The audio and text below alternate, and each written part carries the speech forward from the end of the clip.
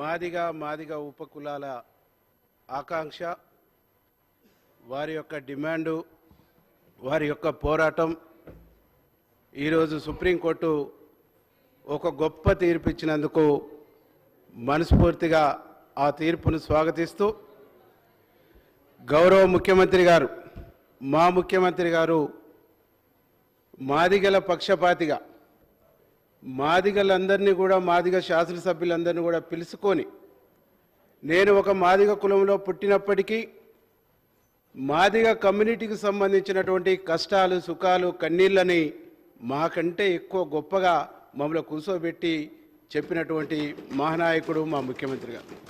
అధ్యక్ష, నేను అడుగుతున్నా, ఇంత గొప్ప అంశం ఆనాడు మాదిగ పోరాటం, మాదిగ ఉద్యమం నడుస్తున్నప్పుడు అన్ని వర్గాలు, అన్ని పక్షాలు కూడా మద్దతు తెలిపినటువంటి సందర్భం అధ్యక్ష. ఏ రాజకీయ పార్టీ కూడా మాదిగ రిజర్వేషన్ పోరాటానికి మద్దతు ఇవ్వని పార్టీ లేదు అధ్యక్ష. అన్ని పక్షాలు మద్దతు ఇచ్చారు. కానీ ఈరోజు నేను అడుగుతున్న అధ్యక్ష, అక్కడ నిలబడ్డ మా అక్కలకి చేతులు మొక్కి మా జాతి పక్షాన్ని అడుగుతున్నా, మా జాతి గురించి మాట్లాడుతున్నప్పుడు మీరు కూర్చుంటే మా జాతిని గౌరవించినటువంటి వాళ్ళు అవుతారు. మా జాతి వాళ్ళు కూడా మీకు ఓట్లేసిర్రు అక్కలు, మా జాతి వాళ్ళు కూడా మీకు ఓట్లేసిర్రు. మీ నియోజకవర్గాలలో 30 నుంచి 40 వేల ఓట్లు మా జాతి ఓట్లుంటాయి.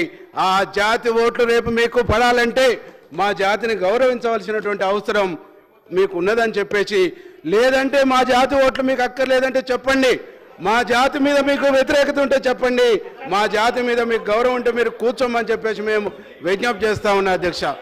అధ్యక్ష, ఈరోజు మీకు మీ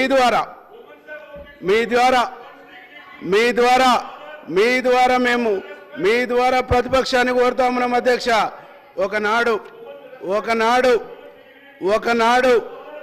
ఒకనాడు తెలంగాణలో మాదిగ రిజర్వేషన్ ఉద్యమం నడుస్తున్నప్పుడు ఆనాటి ముఖ్యమంత్రి రాజశేఖర రెడ్డి గారు మాదిగ ఉద్యమానికి సపోర్టుగా నిలబడి, ఆనాడు మాదిగ ఉద్యమ నాయకుడైనటువంటి మందకృష్ణ మాదిగకు సపోర్టెడ్గా నిలబడి మాదిగ ఉద్యమానికి అస్తిత్వాన్ని ఇచ్చింది కూడా కాంగ్రెస్ పార్టీ. మాదిగ ఉద్యమాన్ని కూడా ముందుకు నడిపిన దాంట్లో ఆనాడు కాంగ్రెస్ పార్టీ పాత్ర ఉందని చెప్పేసి ఈ సందర్భంగా గుర్తు చేస్తా ఉన్నా అధ్యక్ష. ప్రతిపక్ష పార్టీ నుంచి మాట్లాడినటువంటి ప్రతినిధి మాట్లాడిన అధ్యక్ష, ఈరోజు ఇంత గొప్ప అంశం మీద ఇక్కడ చర్చ జరుగుతూ ఉంటే వాళ్ళు పోయి ఏం చేస్తున్నారు అధ్యక్ష? మా ముఖ్యమంత్రి గారు మా జాతి పక్షాన గౌరవ మంత్రి రాజనరసింహ గారిని నియమించి, దామోదరన్ రాజనరసింహ గారి ఆధ్వర్యంలో మా మాదిగ ఉద్యోగులు, మాదిగ మేధావులు, మాదిగ అనేక వర్గాల్లో ఉండేటువంటి వాళ్ళందరితో కూడా కాంగ్రెస్ పార్టీ తరపున, ప్రభుత్వం తరపున ఒక మీటింగ్ ఏర్పాటు చేసి మా అభిప్రాయాన్ని తీసుకొని, మా ఉద్యోగుల అభిప్రాయాన్ని తీసుకొని, మా మేధావుల అభిప్రాయాన్ని తీసుకొని, మా జర్నలిస్టుల అభిప్రాయాన్ని తీసుకొని ఈరోజు సుప్రీంకోర్టులో టాప్ 1, 2 అడ్వకేట్స్ ఎవరైతుండ్రో వాళ్ళని నియమించుకోండి, వాళ్ళ ద్వారానే ఈ కేసును పరిశీలి చేయండి, మీరు రెగ్యులర్గా మీరు ఈ కేసును పరిశీలి చేయని చెప్పేసి మాకు దినం తప్పించి దినం ఎంతవరకు వచ్చింది కేసు అని మాట్లాడినటువంటి ముఖ్యమంత్రి మా ముఖ్యమంత్రి. ఇట్లాంటి అంశం మీద చర్చ జరుగుతుంటే, ఇంత గొప్ప నిర్ణయం తీసుకున్నటువంటి ముఖ్యమంత్రి ఆధ్వర్యంలో ఈ చర్చ ప్రారంభమైతే ఎక్కడ ఉండాలి అధ్యక్ష ప్రతిపక్షం? ఇక్కడ ఉండి ఇంకేమైనా సూచనలు చేయాలి. ఆ ముఖ్యమంత్రి యొక్క ఆఫీసు ముందు ధర్నా చేస్తుందంటే ఇంతకంటే సిగ్గుమాలిన అంశం ఇంకోటి ఉండదు, ఇంతకంటే దుర్మార్గమైనటువంటి ఆలోచన ఇంకోటి ఉండదని చెప్పేసి ఈ సందర్భంగా మీకు గుర్తు చేస్తా ఉన్నా అధ్యక్ష. ఈరోజు మాదిగ ఉద్యమంలో అసలు బాసినటువంటి వాళ్ళు ఉండరు. అదే మాదిగ ఉద్యమ నాయకుడిని మందకృష్ణని నేలకేసి కొట్టి హింసించి జైల్లో పెట్టినప్పుడు మాట్లాడింది మా ముఖ్యమంత్రి గారు, ఖండించింది మాకు ఇక్కడ ఉన్నటువంటి మంత్రులు, మా వెంకరెడ్డి సార్ ఖండించిండు, మా శ్రీధర్ బాబన్న ఖండించింది, వారి పక్షాన నిలబడ్డది మేము. ఏం చేసింది అధ్యక్ష? మాదిగ ఉద్యమం నడుస్తుంటే, మాదిగ ఉద్యమం బలంగా ఉందని మాదిగ ఉద్యమాన్ని చీల్చింది అక్కడ ఉన్నటువంటి బీఆర్ఎస్ పార్టీ, మొక్కలు చెక్కలు చేసింది అక్కడ ఉన్నటువంటి బీఆర్ఎస్ పార్టీ. ఇవాళ అంతిమంగా బీఆర్ఎస్ పార్టీ అంటేనే మాదిగ ఉపకులాల వ్యతిరేక పార్టీ, బీఆర్ఎస్ పార్టీ అంటేనే దళిత వ్యతిరేక పార్టీ, బీఆర్ఎస్ పార్టీ అంటేనే దళిత పక్షపాతి కాదు, దళిత విద్రోహ పార్టీ అని చెప్పేసి ఈ సందర్భంగా నేను చెప్తున్నా.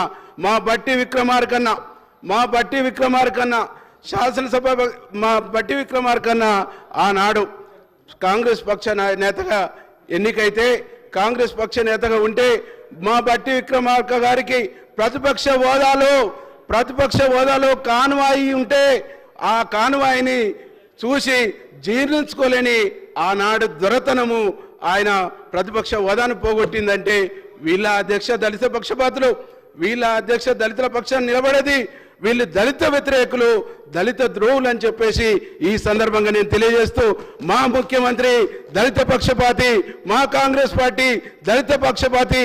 ఆనాడు ఇందిరాగాంధీ నుంచి ఈనాటి వరకు కూడా ఈరోజు మాకు ఎట్టిని రద్దు చేసింది కానీ, ఆ తర్వాత భూములు ఇచ్చింది కానీ, రిజర్వేషన్లు ఇచ్చింది కానీ, అవకాశాలు ఇచ్చింది కూడా కాంగ్రెస్ పార్టీ అని చెప్పేసి ఈ సందర్భంగా నేను తెలియజేస్తూ, మా ముఖ్యమంత్రి గారికి మనస్ఫూర్తిగా మాదిగ జాతి పక్షాన, మాదిగ ఉప కులాల పక్షాన ధన్యవాదాలు తెలియజేస్తున్నా అధ్యక్ష. ఎందుకంటే ఈరోజు మాకు ఈ వచ్చేటువంటి ఉద్యోగ నోటిఫికేషన్లో కూడా అవకాశాలు ఇస్తామన్నందుకు, అట్లాగే మొట్టమొదటిసారిగా ఈరోజు అసెంబ్లీ నుంచి మా జాతిని ఉద్దేశించి తను మాట్లాడినందుకు మనస్ఫూర్తిగా ధన్యవాదాలు తెలియజేస్తూ, ఈరోజు బీఆర్ఎస్ సంబంధించిన పక్ష నాయకులు నేను విజ్ఞప్తి చేస్తా ఉన్నా. ఈరోజు మా సీతక్క కూడా ఒక గిరిజన మహిళ, గిరిజన కుటుంబం నుంచి వచ్చినటువంటి మహిళ. మా సీతక్కను అవమానిస్తే అవమానం కాదా అధ్యక్ష? అంటే ఎస్సీ ఎస్టీలను అవమానిస్తే అవమానాలు కావు. ఎస్సీ ఎస్టీలు మహిళలు గారు, ఎస్సీ ఎస్టీలు మనుషులు గారు. ఈరోజు దొరలు మాత్రమే మనుషులు, దొరలకు మాత్రమే ప్రజాస్వామ్యం ఉంది, దొరలకు మాట్లాడే హక్కు ఉంది, మిగతా వర్గాలకు హక్కు లేదనేటువంటి ఈ దుర్మార్గమైనటువంటి ఆలోచన పోవాలి, మార్చుకోవాలని చెప్పేసి విజ్ఞప్తి చేస్తున్నా అధ్యక్ష. Thank you. లక్ష్మీకాంతరావు గారు. Dear panel speaker, sir, I would like to